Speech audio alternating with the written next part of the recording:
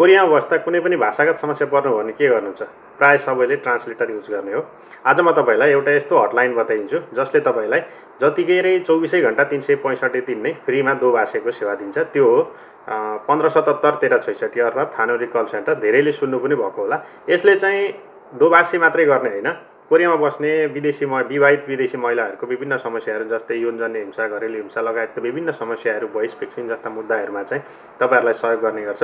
यदि तपाईँ पनि कोरियामा हुनुहुन्छ र विभिन्न समयमा चाहिँ कुनै पनि समस्यामा पर्नुभयो, भाषागत समस्यामा हस्पिटल होस् या अरू कुनै ठाउँमा जाँदा भाषागत समस्या पर्नुभयो भने चाहिँ तपाईँले यो नम्बरमा फोन गरेर मलाई नेपालीमा दोभाषी गरिदिनुहोस् भन्नुभयो भने उहाँहरूले चाहिँ तत्कालै तपाईँलाई दोभाषीको सेवा फ्रीमा दिनुहुनेछ है त।